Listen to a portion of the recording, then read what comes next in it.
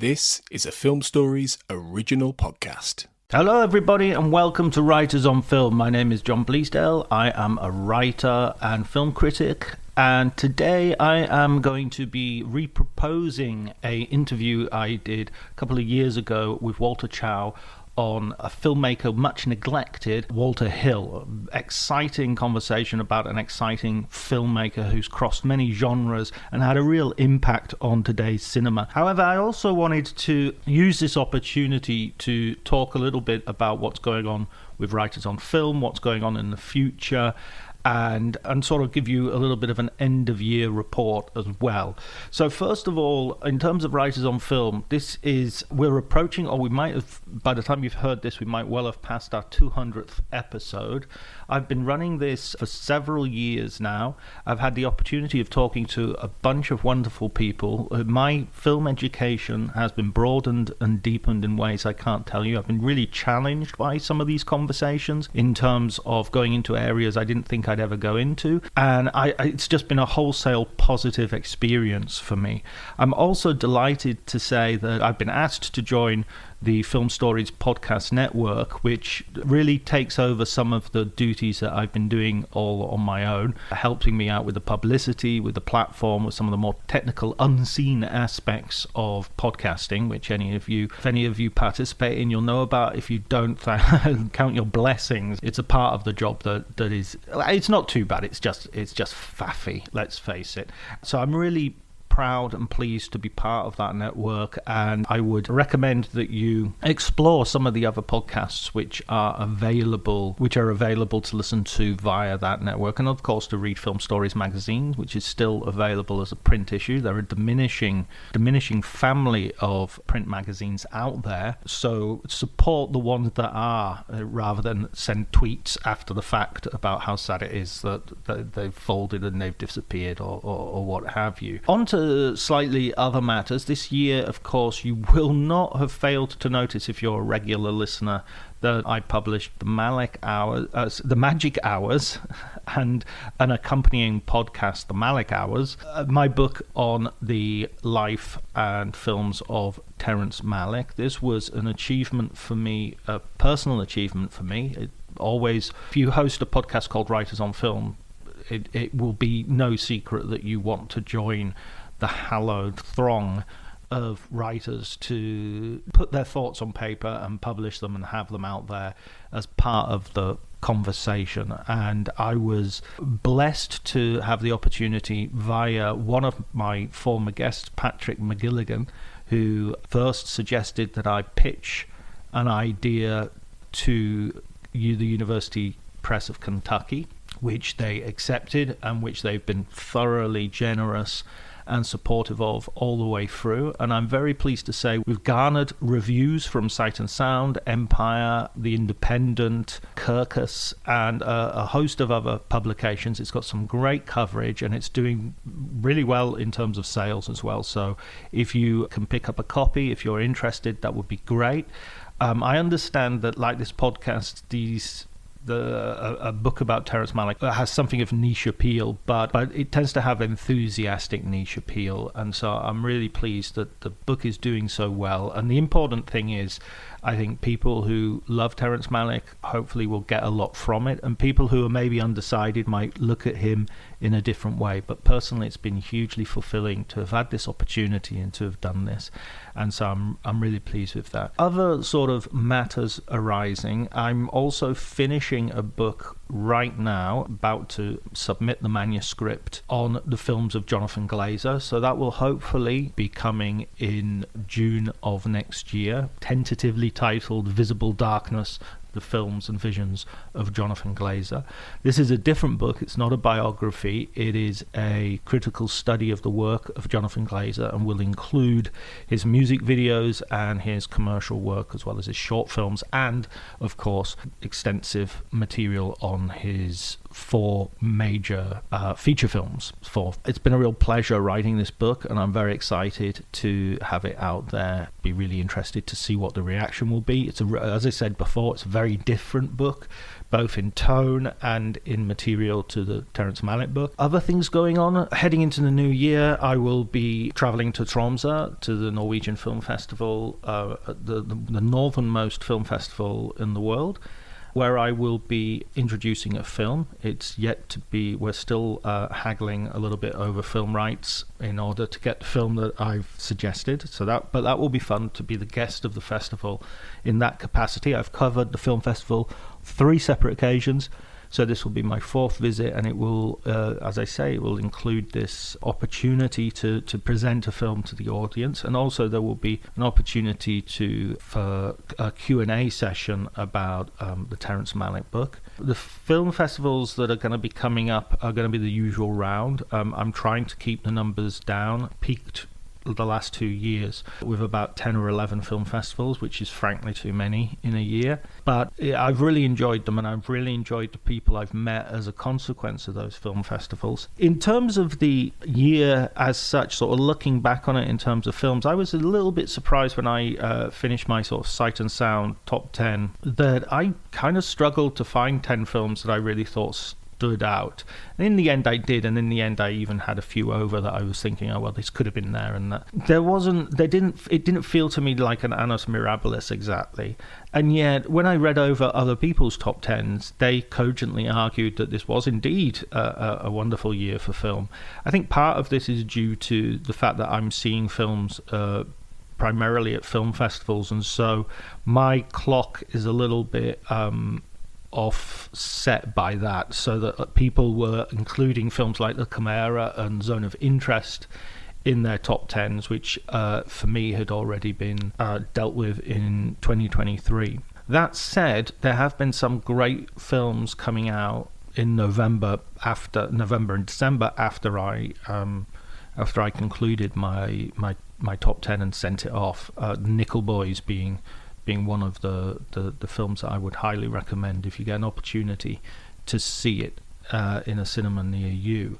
Okay, I think that more or less does it for me. I would like to thank you, the listener. You've been you've excelled in your arduous duty. The support I get from people on social media is amazing. Often listeners will become guests at some point, and that is always a real pleasure.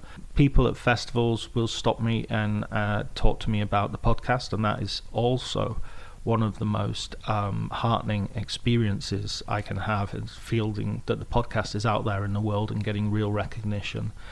We were mentioned in the Sunday Times a couple of weeks ago. That you can't get much better than that. I'm very happy about that. Anyone who feels like mentioning the podcast or publicizing it, I'm very grateful for. If you can, please remember to subscribe, to like, to rate on Apple Podcasts or Spotify or wherever you get your podcasts. But before you do any of that, please enjoy the conversation. This is Writers on Film, the only podcast dedicated to books on cinema.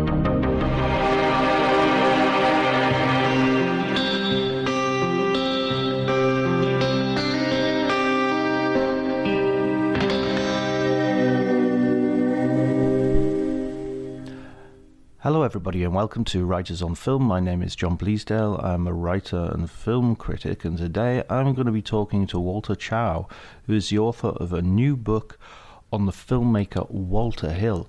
The Walter on Walter, they should have, that would have been a good Faber name if it had been a series of interviews, which it isn't, but it is an amazing look at the career of, I would say, a neglected filmmaker who has spanned the decades and made top quality genre cinema that really deserves a reappraisal, and it's got a reappraisal in the work of Walter Chaw's book. So I'm delighted to talk to him. If you enjoy the episode, please remember to like, subscribe, to tweet it. If you can spread it out on social media, that would be great. We're getting great numbers of listeners, and really, it's phenomenal how this podcast has grown, and it's entirely due to word of mouth and the digital equivalent of word of mouth, because we have absolutely zero advertising budget, or absolutely zero advertising for that matter. So the more you do that, the more it helps, and that way we can grow further and further. But before you, and you can follow me on Twitter, because apparently Twitter still exists, although it's getting worse every day. If you want to, if you don't already, my Twitter handle is Dr. Jonty, DRJONTY. But before you do any of that, please enjoy the conversation.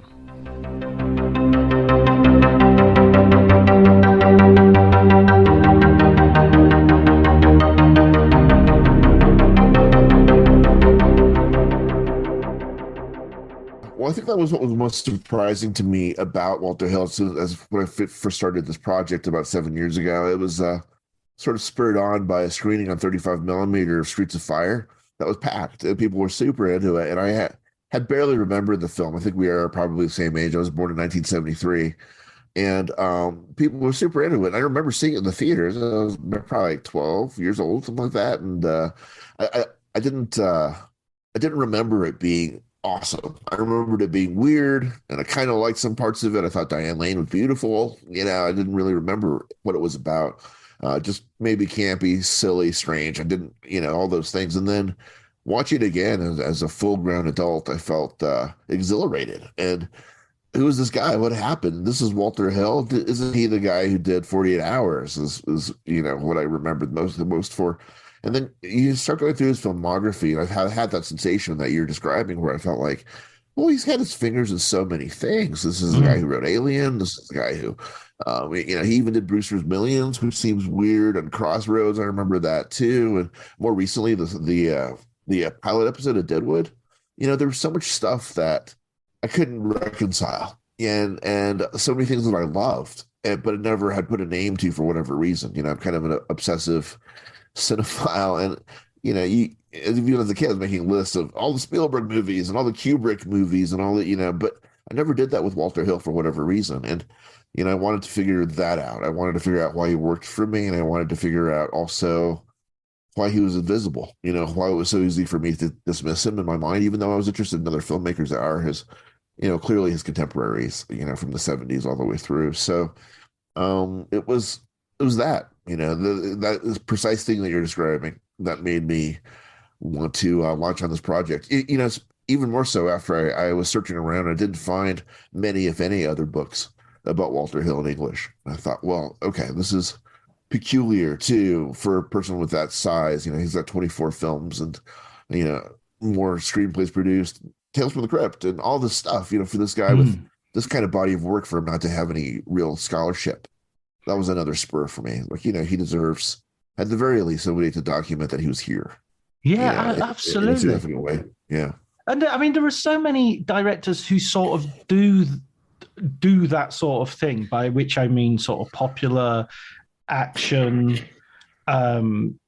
cinema, and yet get much more sort of credit and time. I mean, it's sort of become very fashionable to love Tony Scott in a kind of like, Rolling Stones versus the Beatles in terms of the two Scott brothers or something. Yeah. But I don't think Tony Scott, I don't want to bash Tony Scott. He's great. I like a lot of his stuff, but I don't think he's had anything like Walter Hill's sort of consistency and impact. I agree, and I've not really begun to pull many threads on Tony Scott, because I spent most of my life not liking him better of the two Scott brothers. And that's kind of changed recently. I don't know if it's the way that he died, or I don't know if I'm just getting smarter, but I've started recently appreciating Tony Scott's work a lot more than I ever used to. I used to think it was frenetic and difficult to follow, and I scoffed, but I really love the hunger. But yeah, to your point though, there is a gap in reclamation for Hill. And, I found that people who work in Hollywood, action directors, or, people like Edgar Wright, love Walter Hill. They really know who he is. They're really excited about him. A filmmaker like Lexi Alexander says that she's modeled her career in a way after him, or been compared to him throughout her career. And so, people in the industry seem to know who he is, but the general audience, the fanboys, and you can even see it in the Blu-rays and the 4K releases now, I guess, how few there were, especially 7 years ago when it first started. Now they're sort of catching up. Imprint in Australia is doing a lot of good work. Yes, they're releasing a box set this year of Walter Hill films. But prior to that, I had to go to South Korea, I think, to find a Extreme Prejudice on Blu-ray. I had to go to Austria to find a Warriors theatrical cut. He just wasn't really being pushed forward in a lot of ways. I think there are a lot of things that are missing in terms of our ability, or this generation's ability, to appreciate him as a whole. That seems to be changing. Not knock on wood. In the 7 years since I've been writing the book, a lot of the movies I've been looking for on Blu-ray suddenly started to appear on Blu-ray, including 48 Hours got a 4K release just this month, I think. So it's coming. It's coming, but it's been a long time coming for him. Yeah, he needs his BFI season, doesn't he? He needs his this is the sort of guy that the French were always so good at sort of claiming as one of their own. And you have an interesting point in the book that he's kind of doing the opposite of that. He's taking Le Samurai, for instance, I think is the one that you bring up as the example, and sort of turning it back to its genre origins in The Driver. So I mean, it's almost as if he's just like one generation too far away to have got that treatment. Yeah, he seems to be, and he is more popular in France. He did a graphic novel in France called Triggerman. But he seems a little bit too cerebral, almost, I think, for the general cultish crowd, and a little bit too culty for the cerebral crowd, almost. He seems constantly to be landing in this hinter space, and I think his more recent films, like The Assignment in particular, I think speaks to a little bit of tension with him, where, as it does with a lot of older directors. I think Spielberg's The Fabelmans is sort of in the same category, where directors coming towards the end of their career, their lives, they kind of want to be understood as something different than they've popularly been understood as for their entire careers.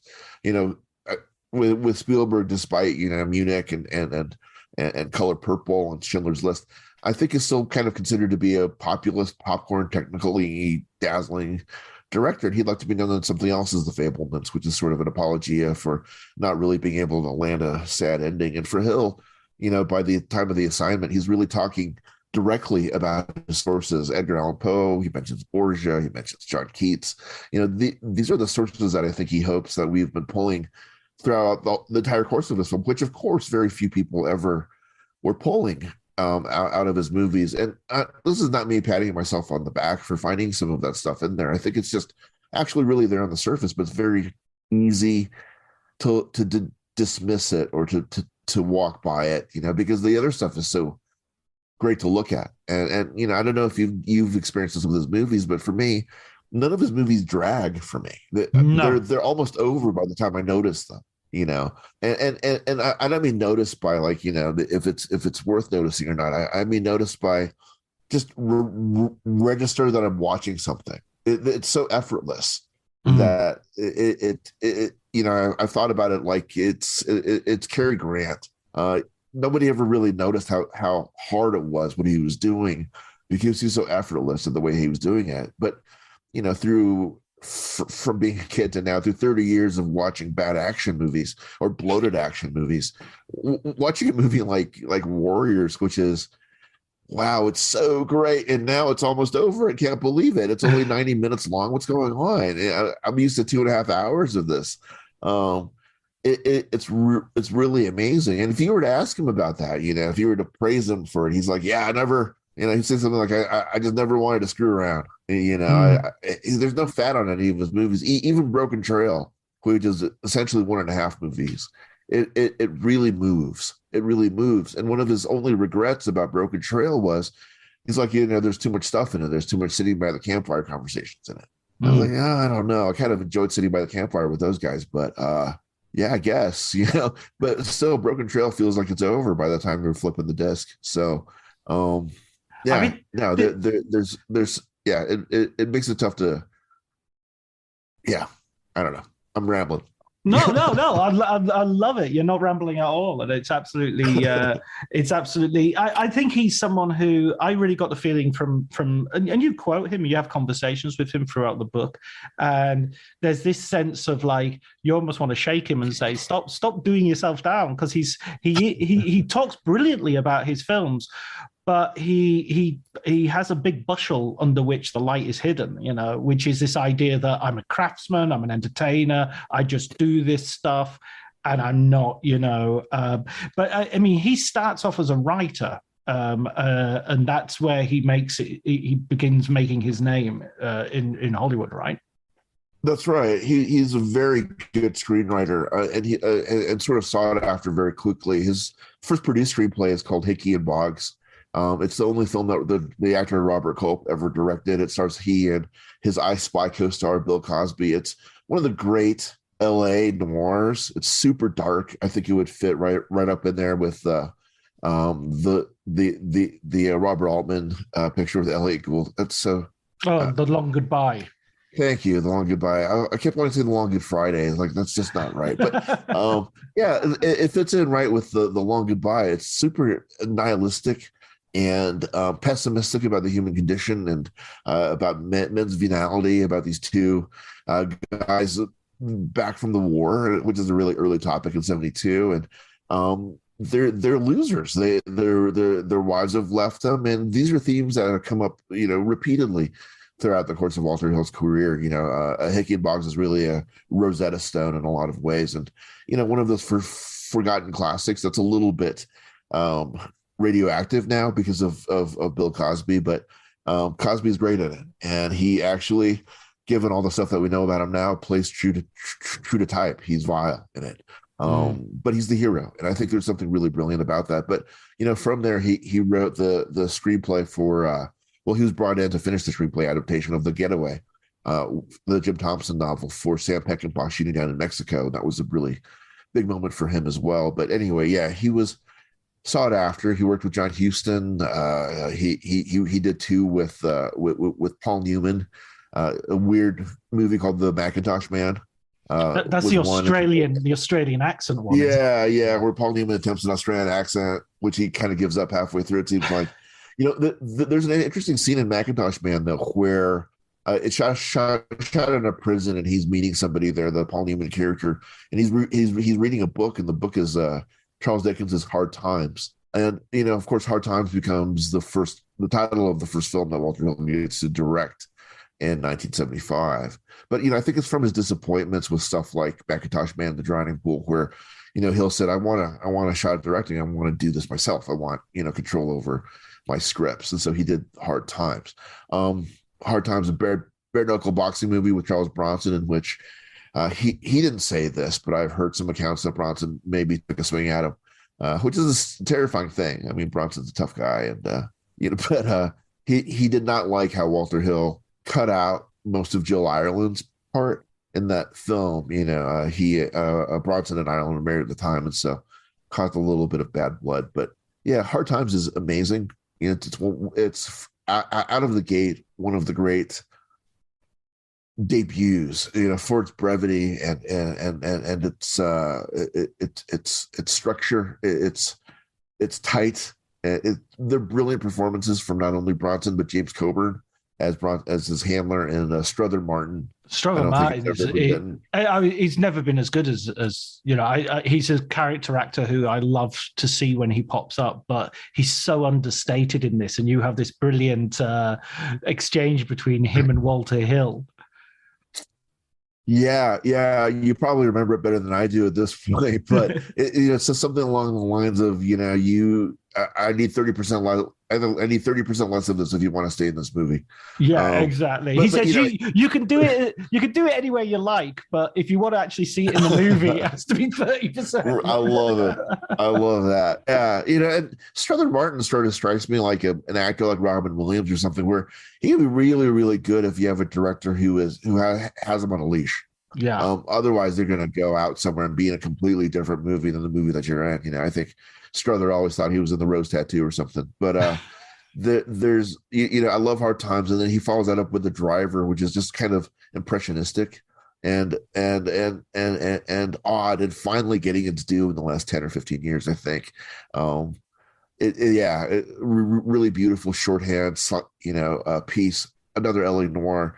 And then, hot on the heels of that astounding failure, people couldn't wait to not go see The Driver. He releases The Warriors, which is on its way to be a blockbuster bonanza, and then the plug gets pulled on it by Michael Eisner at Paramount at that time, I think, who's like, you know what, people are fighting in the theaters and people have been killed, and there's been shootings on the subways on the way to and from it that are being blamed on this movie. So we're going to cut our losses and stop advertising for this movie completely, and then we're going to pull it from the theaters after a couple of weeks. And so, what was headed to be kind of his big moment, he really gets delayed for another couple of movies, another 3 movies until he makes 48 Hours. But that seems to be the place where he'll fell a lot, where these movies that we look at now and say, how could they not have succeeded at the time? Didn't succeed at the time for whatever reason. 48 Hours obviously hit big, but Crossroads was a movie I didn't love initially when I was a kid. Again, I thought it was like most people did. I thought, this is a Karate Kid ripoff. I don't want to see Ralph Macchio and another person of color mentor learning how to fight, quote unquote. This is just another ripoff. But age has mellowed me or made me wiser, hopefully. And Crossroads is really a beautiful movie about fathers and mentor relationships that don't always go the way they want them to. And the charge in Crossroads about it being racially insensitive for, a white guy learning how to play the blues is misplaced. Throughout the course of the film, the Joe Seneca character, the blind Willie Brown, the mentor, tells Lightning, played by Ralph Macchio, the Juilliard snot who plays the classical guitar, tells him, you're not a blues man. You're not born into this. You don't have the same kind of sadness. And the course of the film is sort of a saddening of the Ralph Macchio character. But by the end of it, he beats the devil's, consort, Steve Vai. He beats him in a guitar contest, not by playing the blues, which he tries to do initially, but by playing Paganini, who is an Italian composer who also sold his soul to the devil, rumor has it, for his playing ability. So it's Ralph Macchio's character Lightning going back to his own roots to find the strength and the virtuosity to save his friend.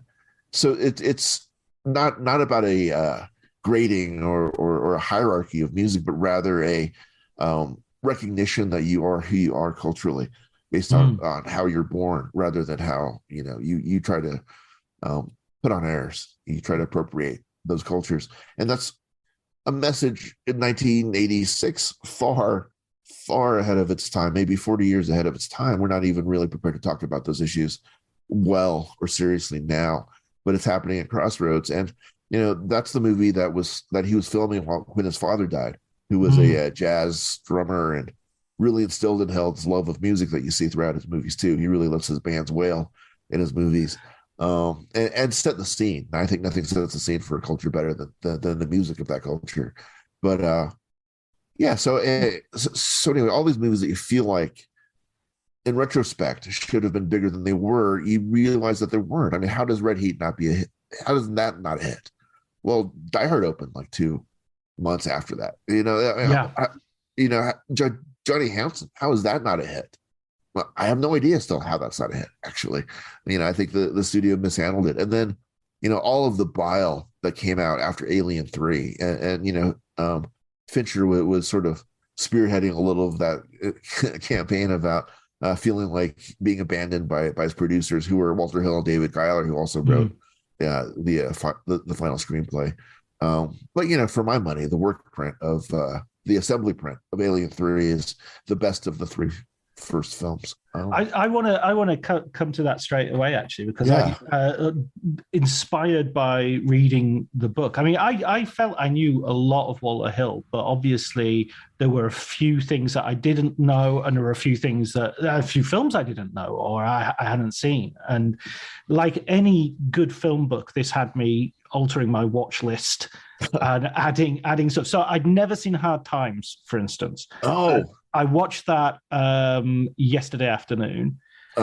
And it's an amazing movie. Why is that Oh, film? good. Why is that film not better known? It reminded me of The Emperor of the North, the Robert Aldrich movie, which has a Yes. similar sort of period.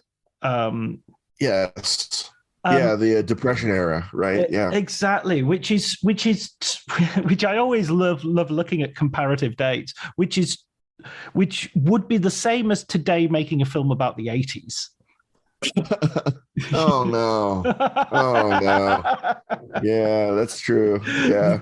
The 70s to the 70s to the depression is about the same Oh my as where God. we are now to the 80s, maybe mid 70s, depending where you place the depression. Sweet God. Yeah.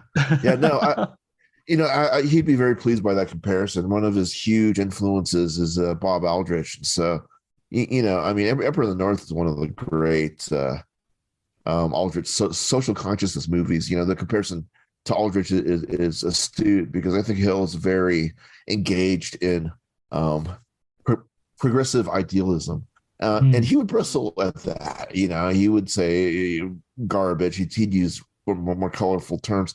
I don't know that it was ever his intent, but his eye is so clear in portraying how men are in our culture and how they use racism and as both a way to bond each other and a way to start a fight.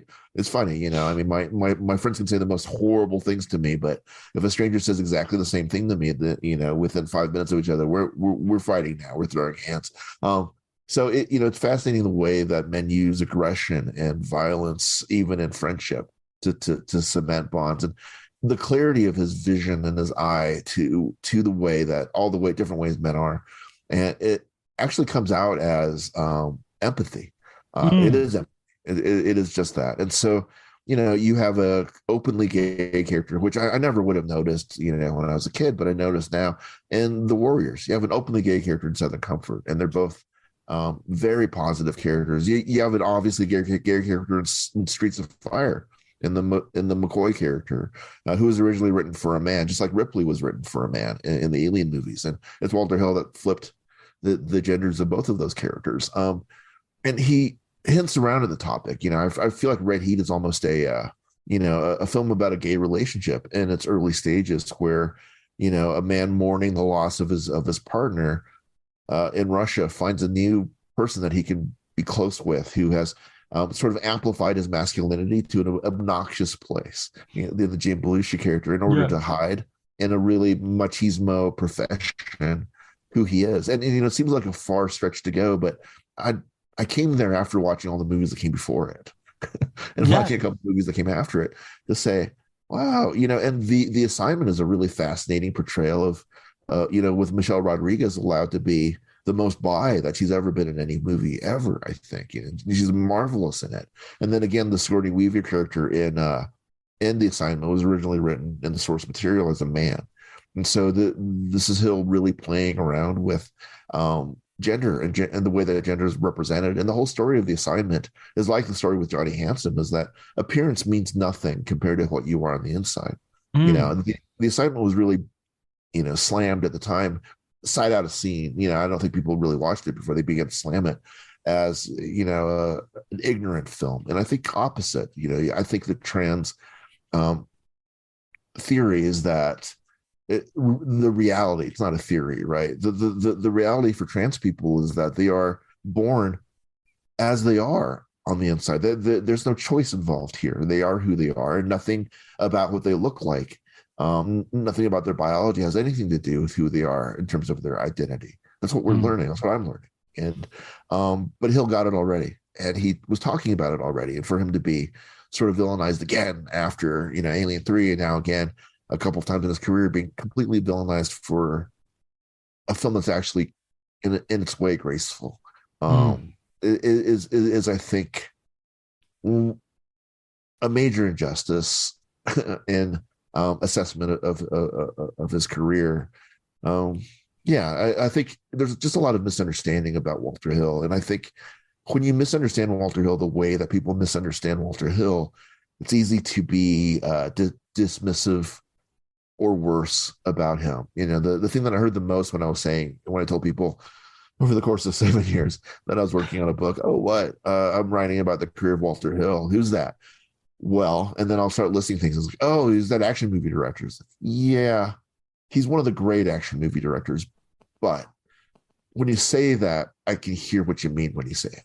And it's not Robert Aldrich who gave up a family fortune in order to make movies like this in Hollywood. It's Walter Hill who only makes action movies or guy flicks. Why am I interested in that?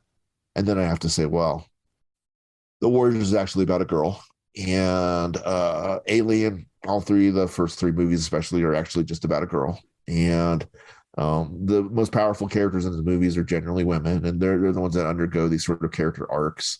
With Bullet to the Head, he gave us a Asian American action hero who was also a romantic lead who doesn't know kung fu. That's kind of extraordinary for American films. The things that he's able to do. He worked with both Ice-T and Ice Cube and Trespass. There's so much stuff going on. Undisputed is a movie about Ving Rhames and Wesley Snipes in the carceral state, being sort of exploited as for entertainment, essentially by the mob, and the mobsters played by Peter Falk of all people. Did you know? And it's like there's so much stuff that's going on in his movies that is shockingly current and modern, and yeah. Kind of subversive, because these are films which are, with all the best will in the world. I don't mean to sound in any way disparaging, but this would be a film that in the 1980s I would be grabbing a six-pack of beer and watching with my buddies, Yeah. And then for me to be doing that and to be getting sort of, not in a sort of preachy way or an overt way, but to be getting schooled on America and race and America and masculinity or America and sexuality, and the fact that I'm reading your book and having seen most of these films, and I'm going, oh yeah, geez, yeah, that character is gay, and that is and that is what The Warriors is about, and that is the guy in Southern Comfort, of course. And you actually you talk about the actors and their private lives as well, in terms of them being at least one of them, I think, is an openly gay actor. A time when it was very difficult to be so. So isn't that subversive? Is that much more subversive than the sort of, I don't know, boilerplate left-wing filmmaker who we hear about it in the interviews? You're going to see a film with James Belushi and Arnold Schwarzenegger, and you're getting something which is, significantly different to what you expect.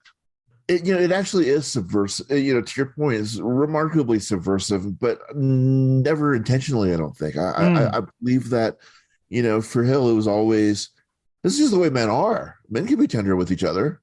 Men can be afraid. Men can cry. Men can rail at the heavens. And also, on the other hand, you can have, your macho Tom Cody kind of guy, but the villain is going to be sort of a macho guy in a rubber overalls.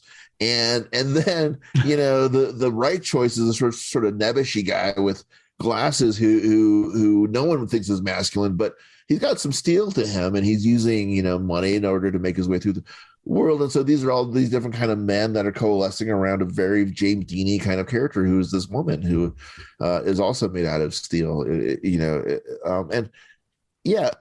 It's subversive as hell, and it's critical of capitalism. It's critical of all of these systems that men have put in place to advance and entrench their own power.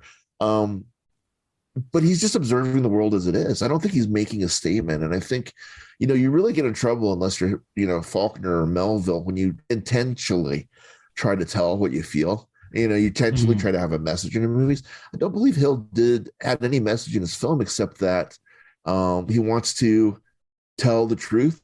He wants to be authentic through his characters, and you can see in the way that they fight. It's always everybody has a different kind of style of fighting. I go into a little bit with 48 Hours. The Nick Nolte character is a big shaggy dude, and he has big haymaker swings. And the Eddie Murphy character is this really sprightly, sinewy, strong, smart character who does those little rabbit punches throughout the course of it, and until he gets angry, and then he loses his composure, and then begins to lose the fight. But there's so much story that's told through these. There's a great hammer fight in Bullet to the Head. It's a fire axe fight, amazing fight between Jason Momoa and Sylvester Stallone, like really scary and brutal, awesome. It's proto John Wick, I think the entire movie is. And again, another movie that should have been huge. Why isn't this movie huge? It has all the elements to be huge, and then it was just a little bit. It was like 5 years too early. Last Man Standing, I find it to be beautiful, and I think it's at least 15 years ahead of its time. And it's so nihilistic and grim, but gorgeous, But yeah, there's he's super subversive, because I think even he would find it to be a surprise that his movies are being now, I think, finally considered for as progressive and interesting as they are. This fully integrated police force, this fully, there's all he wanted the main gang, the Warriors, to be an all black gang, like it is in the book. And the studio was like, as they would be now, no way, man. There's no way that they could be an all black gang. There's no way. And so he sort of compromised, and he had other gangs. He had all this other commentary that's going on throughout the course of it. And, the most venomous, dangerous person in the Warriors is always using the F pejorative for gay characters throughout the course of it. So, that sort of sexuality and that gendered violence is always present in his movies. And we would look at it and say, it's easy to say, oh, we were so backwards. It was this Precambrian times. We just said terrible things back in the 80s and the 70s, except that Hill is making these guys heroes. Rembrandt, openly gay character in the Warriors, is the person that guides them back home, really. He's the chronicler, and he's the, there's so much stuff. He's the person that saves them from the Lizzies, the all-girl gang. He's the one that's not attracted to them in any way, so he's not lured in by the sirens. He's the Odysseus. Which is, yeah. Says, hey, they're packing. He's got the wax in his ears. He's the one that sees that they're dangerous to them and saves the whole little offshoot group that he's with. He's a hero, unapologetically a hero in that movie. And, who does that if you're just sort of a He-Man who truly hates, weaker men? Or the weaker men in his movies are often the heroes in the movies. And that's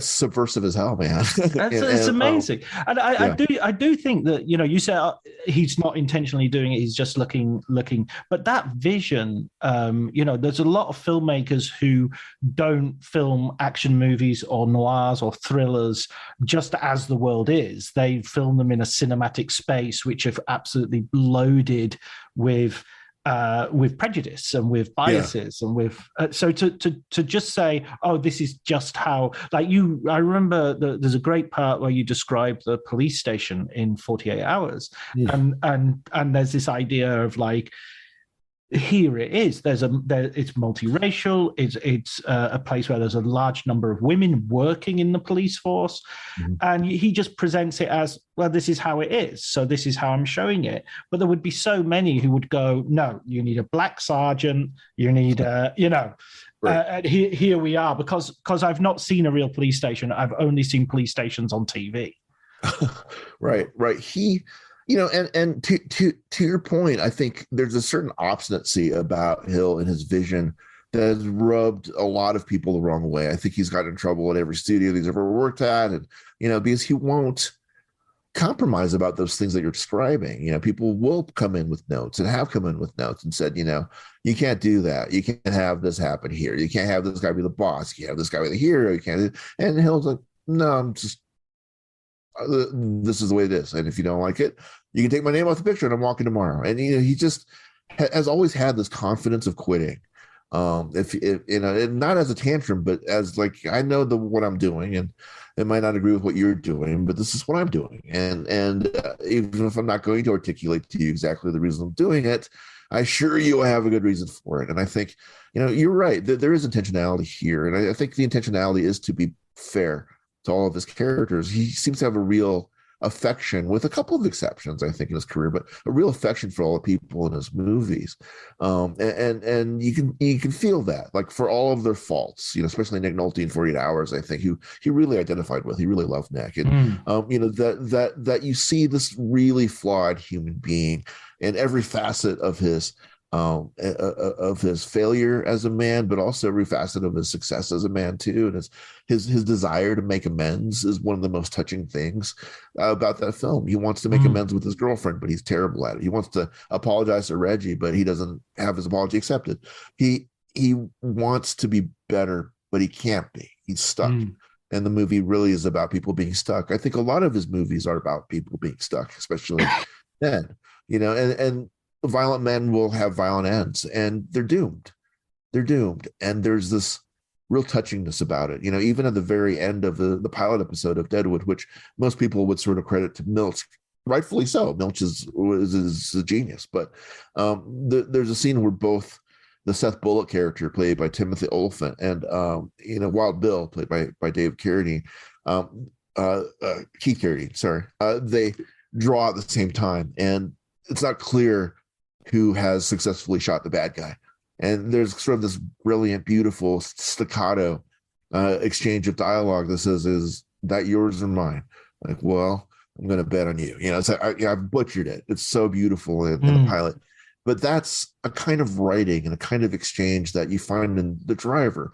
You don't find it in the rest of even Wild Bill's short appearance in the Deadwood series. You don't hear it there, but you do hear it in other Walter Hill places. And I think, and I know that is him. That's Walter Hill inserting himself at that moment as the screenwriter and saying, men don't have these long conversations generally with each other.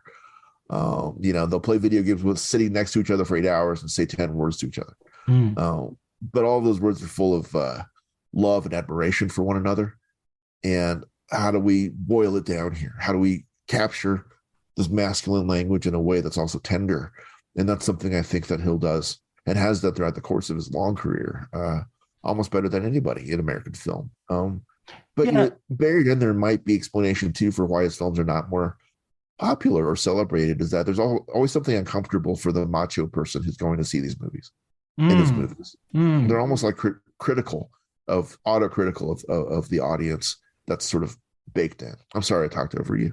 No, it's fine. No, it's fascinating. I was just, as you were talking, I was thinking of how, so many questions were coming up in my head of. So, for instance, one of them is I think at the moment we have this notion of toxic masculinity, which is a little bit become something of a cliche. That there's this. But the original notion of toxic masculinity was one of sympathy. Was these guys are performing a certain form of masculinity, which is toxic, not primarily to themselves.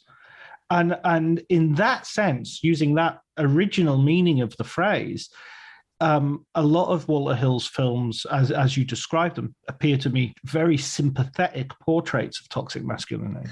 Yeah, thank you so much for saying that. It's a really good observation. I mean, the original subtitle of the book is the tragedy of masculinity in the films of Walter Hill, and it's now the tragedy and masculinity in the films of Walter Hill, because along the 7-year journey of this in several different publishers, I was informed correctly that nobody has any sympathy left for men in the modern space. And so pushing a book, already kind of a tough sell with people, very few people actually really know who he is, but pushing a book that has as its aim to talk about the tragedy of being a man is a tough sell. It's a tough sell even to me as I say it. I get that. I do.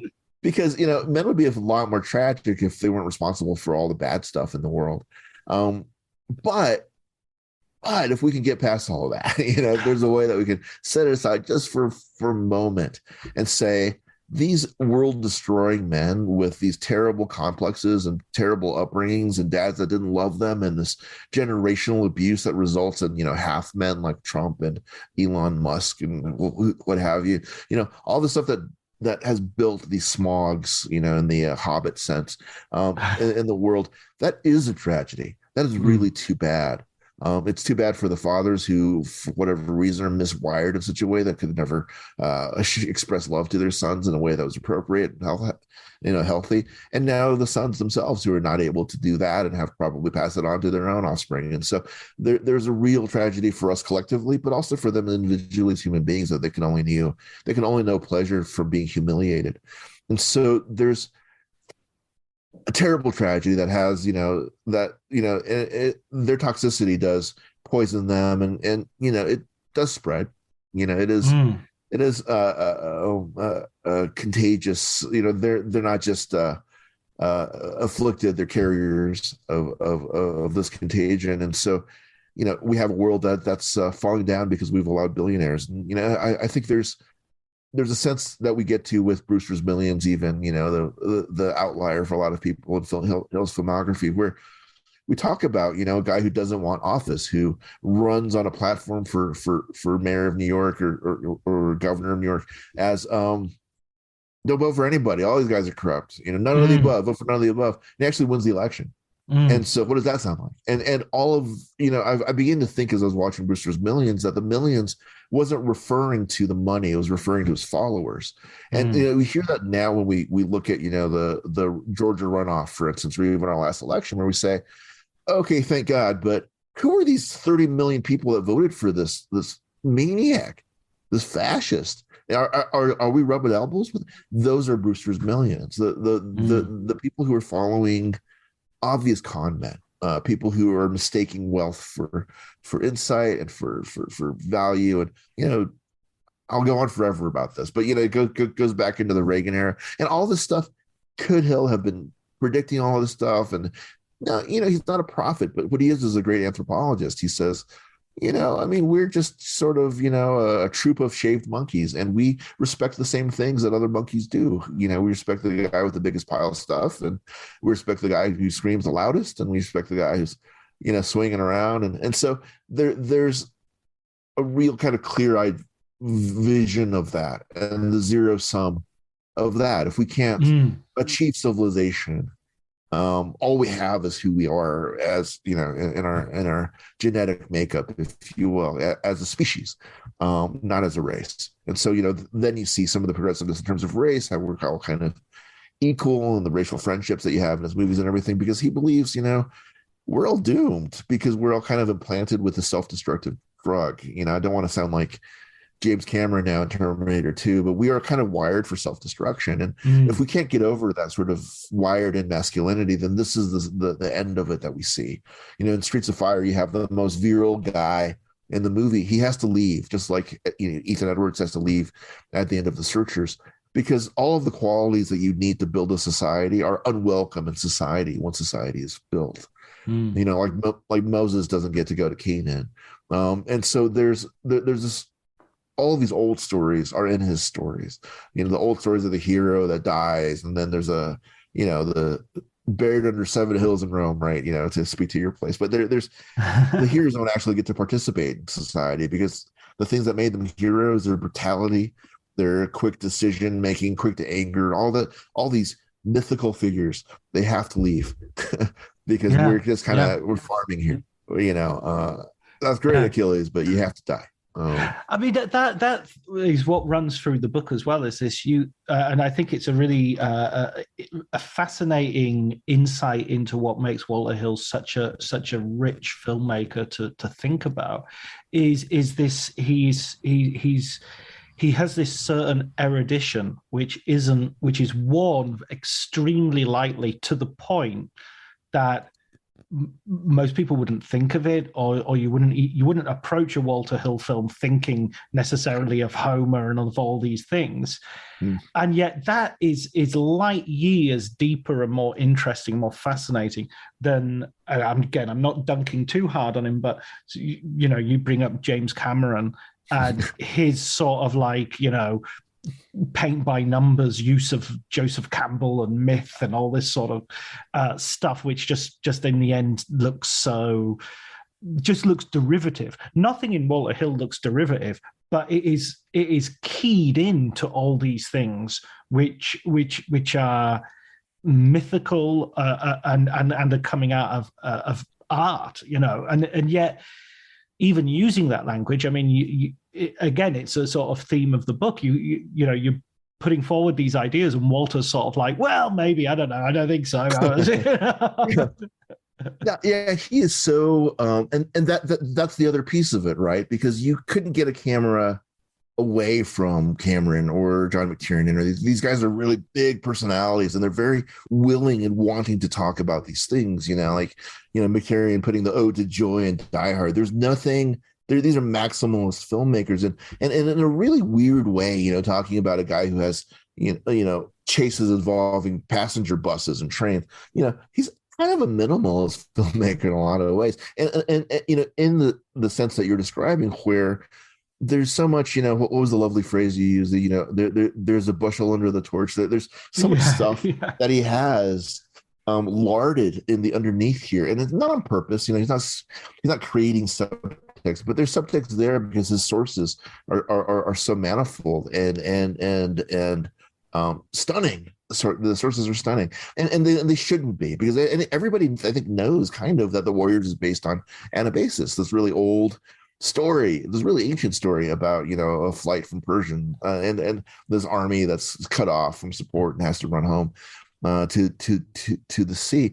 I think we know that, and yet we're not thinking. We're just thinking, oh, this is just more of the George Lucas hokum. Yeah, Joseph Campbell lived on Skywalker Ranch. It's more of that stuff. These guys that are pretending, but Hill's not pretending. He'll say those things, and sometimes he'll say them in his study, which is lined with bookshelves. And the books on his bookshelves are Homer and Herodotus and Ovid and Thomas Mann and James Dickey. And these are real books, and they're not books that a interior designer has picked for the color and the shape. These are books that have been read. These are books that have bookmarks in them. They are the basis for archetypes, like in The Driver. The characters don't even have names. This is a passion play about the interaction between men and women, and there's the player, the strongest character, the smartest character in the movie is played by Isabella Gianni, and it's like there's archetype throughout. And with the Warriors, and then the really controversial director's cut that he released of the Warriors, that I look at as an attempt to wave a hand finally and say, I know you love this movie, you guys, and I know that you get dressed up, and I know that you get together and you have a six-pack, and that's all great. That's all my intention. This is further my intention. This is, he wanted to be a comic book artist for a while. He wanted to do all this. So these are my influences. It's these comics that I grew up with, Sergeant Furies or whatever. And there's also, the Greek myths and the Greek historians. And this is the story that I want to tell here. And there's a little bit of Shakespeare in Warriors, and there's a little bit of all of this stuff. There's music. There's R&B and in the Warriors, and there's Joe Walsh, opposite of R&B, in the Warriors too. There's all of this stuff in here. Please notice that. Please notice that. And of course, he's derided, and his own fans turn against him. Say, how could you do this to your movie? You destroyed it. How could you never, how dare you? How dare you? How dare you want to be known? How dare you want to be heard? There wasn't a lot of time taken with, why did he do that? Because it's his voice that's reading the introduction. It's his voice that's telling the story. Anabasis, it's his voice that's the narrator of that. He originally wanted that for his original screenplay, and he asked Orson Welles to do it. Yeah. He was shooting the far side of the wind, other side of the wind, I think, something. But anyway, he's really deflecting. He doesn't want to be the kind of guy that goes on about his own work as if it were more important than it is what he would say. He doesn't want to become the bore at the party. And yet through his films, I see this sort of steady progress, starting with the Warriors director's cut, but landing at a place around The Assignment and Dead for a Dollar, where he's really not desperate, but he's really like desiring of understanding, or at least a hearing in the court of critical appreciation. That, absolutely. In addition to everything else, I was also doing something else too. Yeah, absolutely, and deservingly so. I mean, I watched again for the first time as a result of reading your book, Bullet to the Head, and I'd always had it in my head as this was going to be a John Woo ripoff, which of course it isn't. That's my mistake. Right. It's from a French graphic novel, I think. Is that right? Yeah. Yep. And there's a scene in that, and it made me roar with laughter. I thought it was hilarious when the two, Sylvester Stallone and the lead actor, whose name I've forgotten, from the Fast and Furious franchise. Sung Kang. Yes, and they've got the they're doing the classic John Woo Tarantino, Face Off, Mm. Guns, and Stallone just says, okay, is that enough? Because my arm's getting tired. And I just thought that was that's so many people try to have their cake and eat it and don't manage. But Walter Hill has the balls and the moxie to manage and to use this cliche and then to strip it away and and that happens several times in that film. It's a really good deconstruction of that's a word he would never use, but it's a deconstruction of the action movie of the time. Yeah, no, I think that's a really good observation. And he really walks a delicate line in a lot of ways throughout Bullet to the Head. You have a character in Sylvester Stallone who is, well, a little bit like the Nick Nolte character in 48 Hours. He's clearly racist, and still the good guy. So how do you walk the line here? I mean, I think you walk it the way that you described, is like you comment on it, you deconstruct it. You're right. He would never use that term, but that's what he's doing. He's aware of it. There's this banter that goes on between Sung Kang's character and Sylvester Stallone's character that goes sort of like, oh yeah, you Asians can't drive. It's like, oh, that again. Well, why don't you say that I'm a dry cleaner too? Why don't you just go there? And like, there's an awareness of this generational racism that may not be based on malice, but rather is based on a system of upbringing and representation. That Sylvester Stallone's a product of the character, is a product of this sort of thinking that we all had as we were growing up, throughout the course of the 80s and the 70s, where it's okay to make ching chong noises. It's okay to think these things about Asians, and some of these stereotypes about Asians are actually positive. So what are you so upset about? So having that conversation with a younger generation Asian and Sung Kang, saying, "Come on, man, are you serious?" And then that's a delicate line. How do you do that without making Sylvester Stallone the character an object of mockery or an object of hatred? On the other hand of it, and I don't believe that he's either of them by the end of it. He's just fully human. He's just a guy who does weird work, and he's got a daughter that he's concerned about, and now this guy's going to date his daughter. Is like, I don't like that, not because you're Asian, because you're a cop. And there's this really kind of delicate line that's going through this racial line that's being drawn throughout the course of the film. But at the end of it, you have an Asian American hero who's not related to a immortal dragon god or whatever, doesn't know secret kung fu. He's not like all this garbage, right? But he's just a guy who's trying to do his job and doing a different way, and he gets the girl at the end of this film. And that's, man, I don't know how rare that is for an Asian American to see in a film, especially in 2012.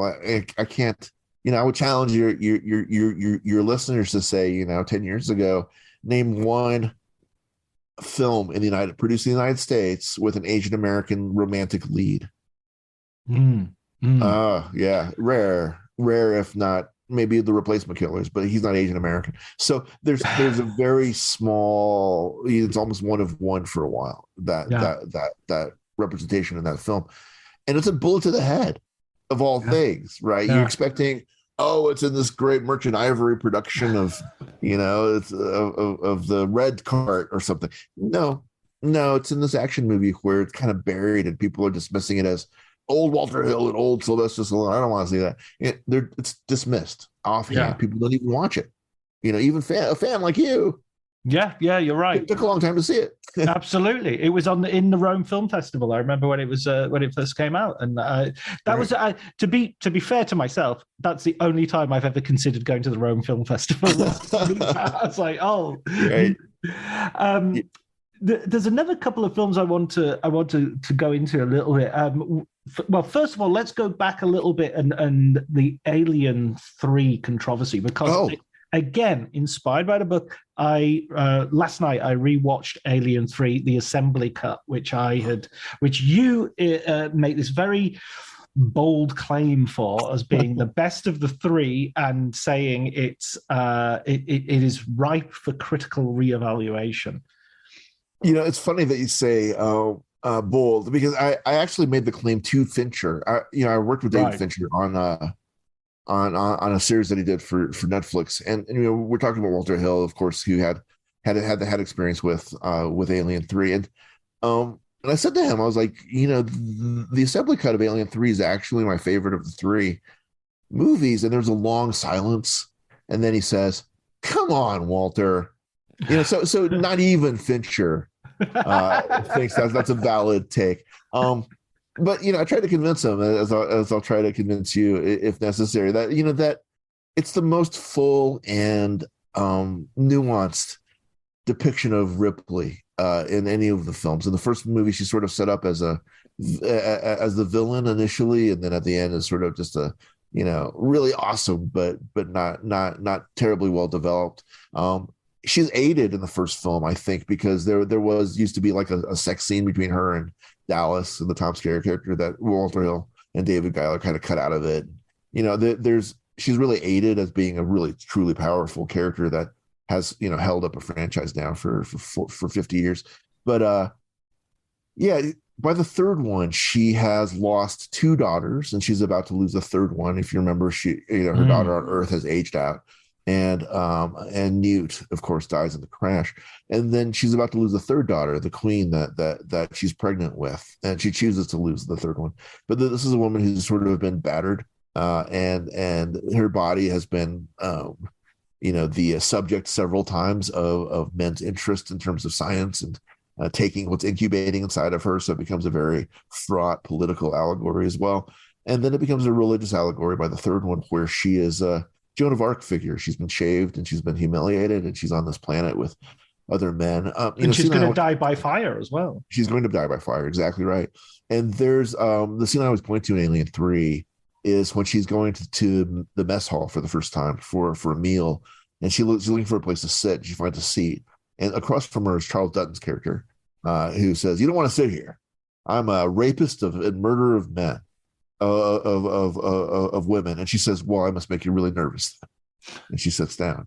This is an extraordinarily powerful woman who, even beyond being spunky to a murderer and rapist of women, says to the Charles Dance, the doctor character on this planet, she says, "I'm lonesome. I like sex, essentially." And she's like a lot of Walter Hill's characters, like Mercy in the Wars, for instance. She's in charge of her sexuality. She wants sex when she wants sex, and she knows who she wants it from.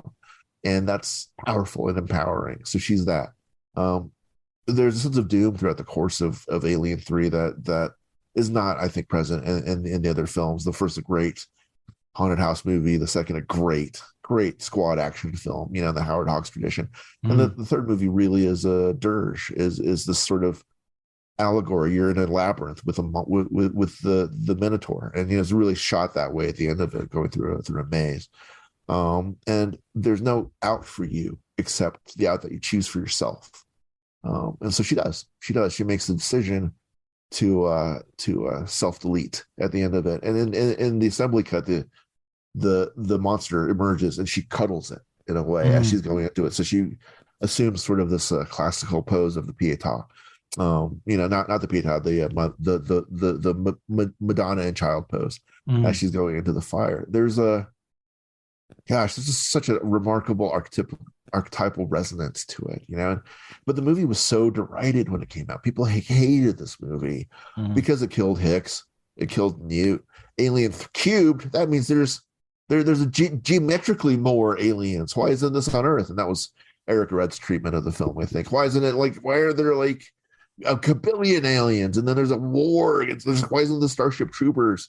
That was the expectation, and they went entirely in the other way. They kind of went insular and introspective as a result of it. All these different kinds of men and their frustrations. The guy who's humiliated about his IQ, the sort of petty power struggles, the restriction of reach, all of these things about men and a terminus. And you see echoes now of Alien 3 and stuff like Wild Bill and Deadwood and these frontier films about how do men coalesce a civilization on the edge of nothing, and on the spiritual edge of nothing.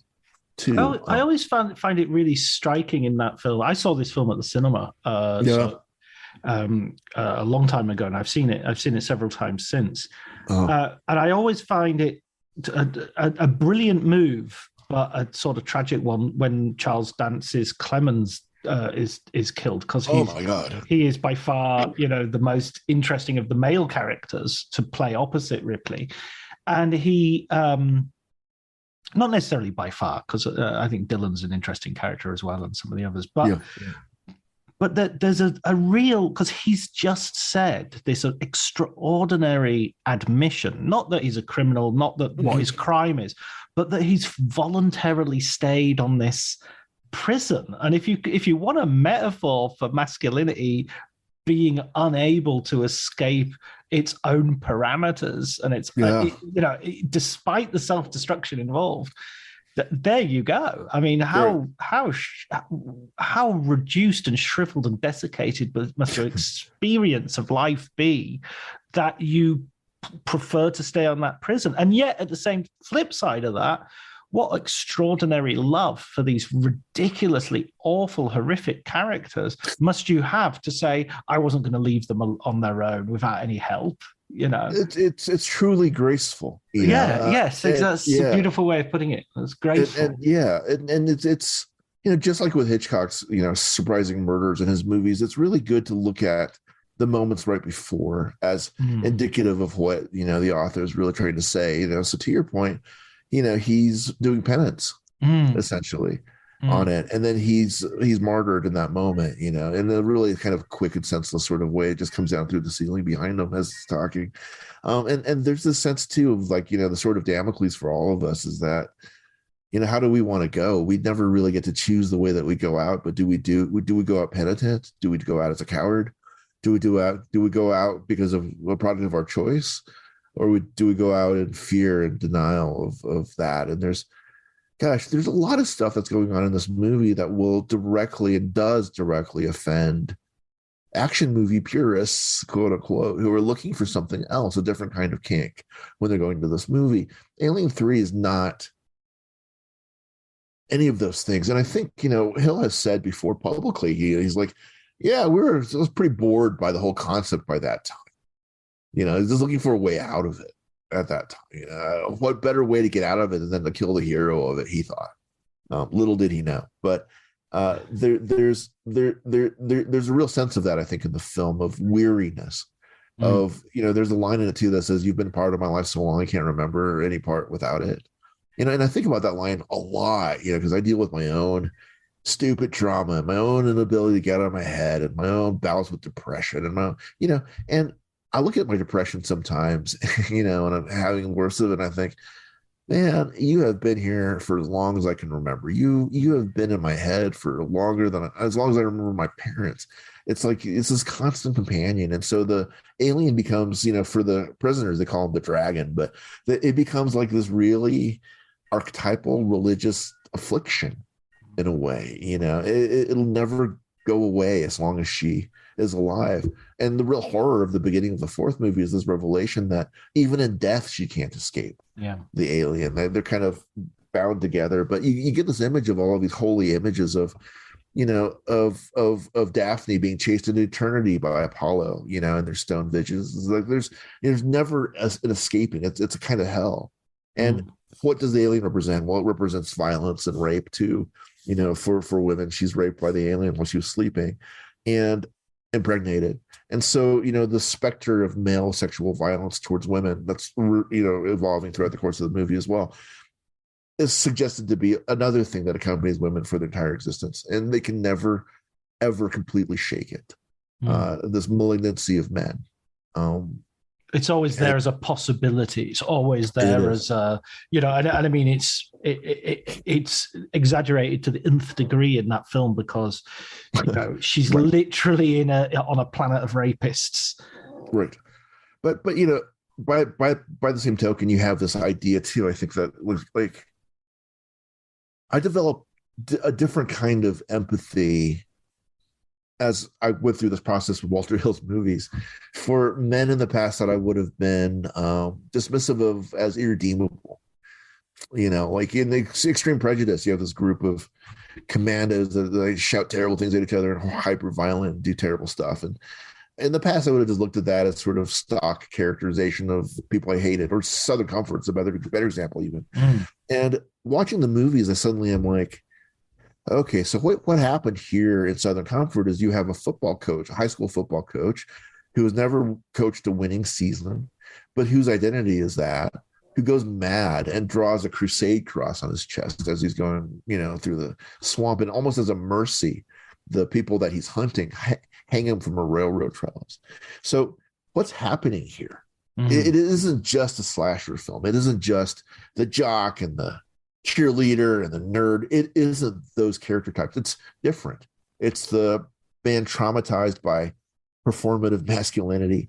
It's the guy who's traumatized as a gay man by, a man traumatized as a black man, a man who's, the story of tragedy in all the lives of these men is almost touching to me now. And I think that's something that I carry, I think, after the writing this book, is even in movies that I'm watching for other pieces I'm writing now. Like, I went back and revisited all 5 Death Wish movies and all 5 Dirty Harry movies in the last few days. And I find there to be sort of a touching dysfunction in each of those characters now. Whereas before, like, oh, cool, they're the Punisher. I like that. Now I'm thinking, what happened to them is really, truly awful. Not Dirty Harry so much, but what happens to Paul Kersey is really, truly awful. And I wonder if I would have the same kind of empathy if I wasn't sort of trained to do so now by watching Hill, who has this kind of tremendous empathy for men. Again, we don't deserve it. We're terrible. We hurt other people because of our trauma. But if you can get past that to a philosophical place where you can sort of say, to find that grace of the Charles Dance character, to say, here I am on a planet full of rapists, but yet there's something that's worth saving. And maybe through my grace, there's something that they can find in themselves too that's worth saving. And Ripley gets to that when she saves the life of her potential rapist. There's a point where towards the end, I mean, my only pushback to your argument would be, I totally agree with you on a level of character and story, but it comes down to execution in the sense that maze at the end is, I mean, I think Fincher directs the hell out of it, but I don't think it works. I think you get to a point, it's a little bit like an underwater fight in a James Bond movie. There's just something about the physics of fighting underwater, which after 5 minutes, it's like, all right, skip to the end. Where somebody's gonna shoot a harpoon gun at somebody else. I get it. Yeah. You know what I mean? So it's just I if there's a film that they could do a special edition of, that would be it, and get rid of Skippy the Xenomorph as well. That just sort of bounces about. I'll keep working at it. I've been bugging him about this. I was like, David, just people want this. He's like allergic to the topic, but for me, it's like, it's some of these guys don't actually know what they made. There's just, they only see what they wish they had made.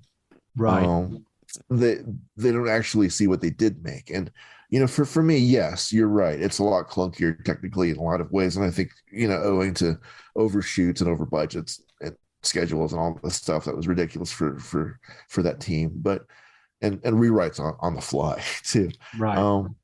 But there's for me, I tend to overlook that for whatever reason, because I'm so driven, I'm seduced by the undercurrents of it enough that like many of my favorite films, I guess they're far from perfect, but the undertow is so strong I get sucked out to sea anyway when I watch them. And I think I feel the same way about Alien 3. I can't even though I've watched it maybe like 10 times in the last few years, I can't remember what you're talking about. I do know what you mean, because I remember seeing it initially in the theater and being, oh, what is going on after Cameron?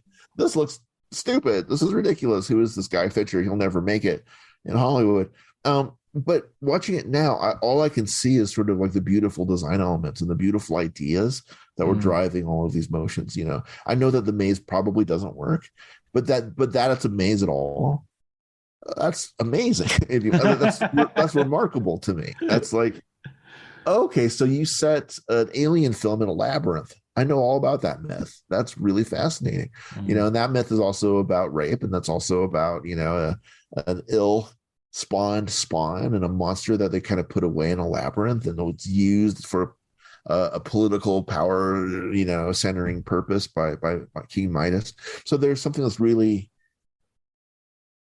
Yeah, this is really awesome about that to me, to find it in there. That allows me to overlook some of those things. Not to say that everyone can or should, but just to say Mm. that that would be my defense of it is like, the thematic underpinnings of this are strong enough and compelling enough for me that I kind of can't remember how it doesn't work technically. Yeah, Um, yeah. I'd love to keep on talking about all. Last Man Standing. I went to the cinema 3 times to watch that film. So I oh, bless absolutely, you. Bless your heart. I You're adored, right. I adored that film. I love Dashiell Hammer, and I love Oh, God. Yojimbo and Fistful of Dollars. So But good. this film has to go alongside all of them as So good. you know. And, for what it's worth, he would love the comparison to John Woo. Yeah, He loves yeah, John Woo, yeah. and he was about to remake The Killer at one point. He has a script ready for it. Wow, wow. Let's But hope.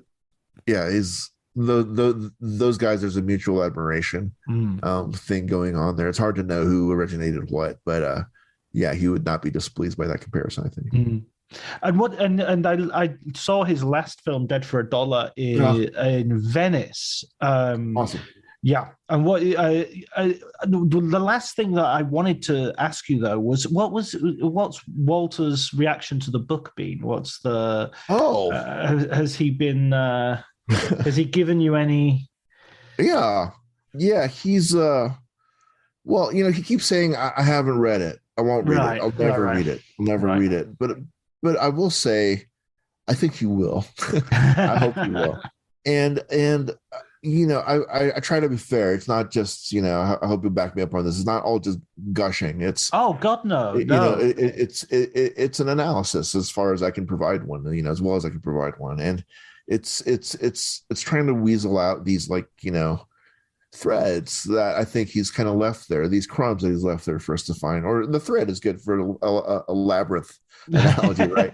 Yeah. That he's left there to help us find our way out of his work. And he's what he has said is he did watch the episode that of War on Netflix with about 48 hours, right? And he initially was like, Walter, I'm never going to watch that. Good for you, thank you, but I'm never ever going to watch it. But his family convinced him to watch it, and he called me immediately after. It was like a Sunday morning or something. It was an off time, and I love it, but off in terms of it wasn't during business hours. In other words, right? So, okay. He called and he said, he thanked me, and he said that it was, he's like, of course I'm the one that's being helped by this, but I just want to say I think it's really well done and thank you. And there was a part where I talk about bridges in his movies and how they're always sort of places where things happen between characters that are significant. And there was at that point that someone said to him as they're watching, it's like, oh, well, maybe he goes a little bit too far. Surely he didn't mean that. And he's like, well, actually, for Dead for a Dollar, we went back and we did some pickup scenes so that we could find a bridge so we could talk about this relationship a little bit differently. So, that's, I think, his way of saying something to me about whether or not I was getting close to what he was working on. And he's, for as generous as he was about anecdotes, as generous as he is about his process and whatever with me, for the most part, he never really talked about what his movies are about. If I ever said, hey, did you know that you have chest opening in at least 6 or 7 of your movies? Does it have anything to do with your asthma? And he's like, so when I was walking with Bob Aldrich, and that it becomes a completely different anecdote. It's like when you're talking to David Lynch and you ask him about something, he'll talk about carving a birdhouse or some shit. So there's like this real deflection of digging really deep. I did ask him. I said, I thanked him essentially. I was like, thank you for expanding my reading. I had not read enough Borgia. I've read all of it now because of this project. And I said, in particular, I had not read the Edgar Allan Poe essay that he references twice in his movies, and once in his movie and once in Perversions of Science. And I said, I had never read that before. The explanation that Poe gives about the Raven and why it works. And thanks for that. And is it your intention for this to be, your statement about how to look at your films? And there's just a really long, unusually long silence, and he said something like, yeah, you're the first person to ask me about Edgar Allan Poe. But then it's stunning because, and that's all he'd say, but it's stunning to me that that's true because the Strother Martin character is named Poe. It's Poe, yeah. And he quotes Poe in the film. He quotes Poe. Yes, and there's a Poe, I think, in Undisputed, and there's a Sergeant Poe in Dead for a Dollar. There's Poe is foundational for him, one of the great American storytellers, right? One to the other, and I think that sort of it is it in a nutshell. These kind of little crumbs that he gives me about this work and the process of this work have been enough for me, to sort of feel like maybe I'm headed in the right direction for whatever that means. I mean, I could come to completely different conclusions that he ever comes to, and there's separate things. He does something completely different than I do. He makes movies, I make criticism, but for what it's worth, I think that he's glad that someone wrote 257,000 words about his career and he got to see it. And ultimately that was my only goal and only real fear about the book was that it wouldn't come out in time. He's in his 80s now. You never know. You never know if you're in your 40s, really, right? So that became my anxiety. It's like, oh, please let's get this out. Please let's get it out before something terrible happens. And I have to, I have to say, 6 months later, here it is. I wish you could have seen it. Yeah. So I'm just really grateful that it's there now, for what it is, and for guys like you who actually have the kind of the level of masochism to read it. So I appreciate that. No, I mean, gee, that's there you go. There's the masculine armor descending. There's the shell of self-deprecation. I was raised by a really traditional Chinese dad too, so I might have a thicker shell than most in terms of that toxic layer. Yeah. Brilliant. One last question, final question. Yeah, please. We always ask, and I know I don't think I prepped you for this, but I always ask for a film book recommendation, a film book that you would recommend to our listeners, and that's it. That's the final question. Well, I mean, I guess I have two that I go back to. I want to cheat about it. I mean, I'm going to cheat this way. Everybody does. Everybody does. Nobody ever. This is an impossible question, by the way. Yeah. So for the technical side of it, I always recommend Walter Murch's In the Blink of an Eye. I don't think it's a surprising recommendation. It's kind of a honored text, but it's such a brilliant book, and it says a lot about. It taught me a lot about how to watch movies, and by the way that Murch puts stuff together. Murch, one of my all-time filmmaking heroes. Return to Oz, my God, what a masterpiece that was. Talk about overlooked, right? And on the other side of it, just as a movie book, it's kind of not a movie book. It's Sterling Hayden's book, Wanderer, right? Which he writes about. When he takes his kids on a boating trip around the world, and he writes about a little bit of experience of Hollywood, but more the experience of sailing and more, evading the IRS, I guess. But it's really beautiful, rewritten, and I think that maybe not enough people know that Sterling Hayden was a gifted novelist, a gifted writer, and memoirist. And once reading it, The Long Goodbye takes on a whole nother level of significance when, that's the writer, Sterling Hayden, who walks into the ocean. He literally kind of did that, and it kind of brings depth to him turning down the Kurtz role in Apocalypse Now. All of those things are happening during the writing of Wanderer. So highly recommend Sterling Hayden's Wanderer. Amazing. I've never read that, so I will. It's beautiful. That goes on my list. Thank you so much, Walter. I really appreciate the book. I really appreciate the fact that you've given me a whole bunch of films that I'm going to go back to and rewatch. Because, I mean, film like Southern Comfort, I watched once when I was probably 13, 14. So, that'll mess your shit up, John. I'm just saying right now. That's a rough movie and great. Well, let's continue this conversation offline if you want. I mean, I'd love to hear your thoughts about, even your further thoughts about first time watches of Hard Times and things like that. That's really, what's the word? It's really fulfilling to me to hear more people going to his work, perhaps just because I've talked about them a little bit. That's ultimately all you wish for, right? Yeah. Somebody gives it a look. Yeah. Thank you so much. Yeah. Be safe out there.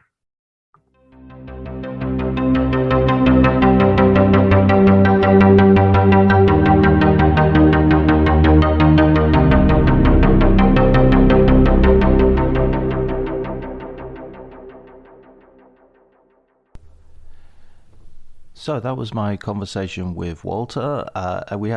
We could have honestly gone on for hours, as you could probably tell from there were so many films we didn't cover in adequate depth.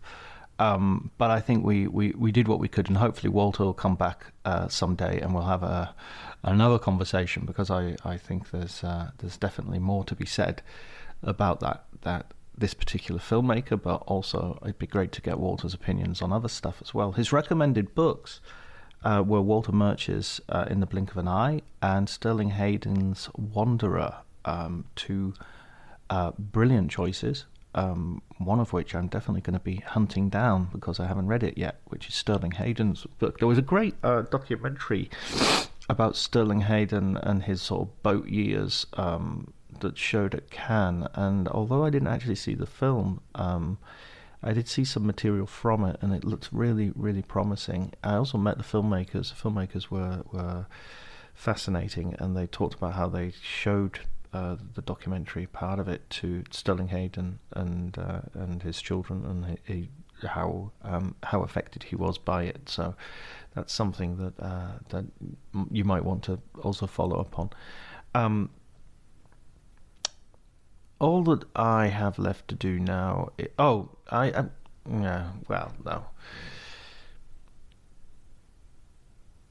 All I should do now is. All that's left to do is thank Elliot Atkins for the music, Ali Harwood for the art, and thank you, listeners, for tuning in. Hopefully we'll be back next week, although over the Christmas period there might be some interruption to service. But hopefully we'll be back next week. Until then, take care.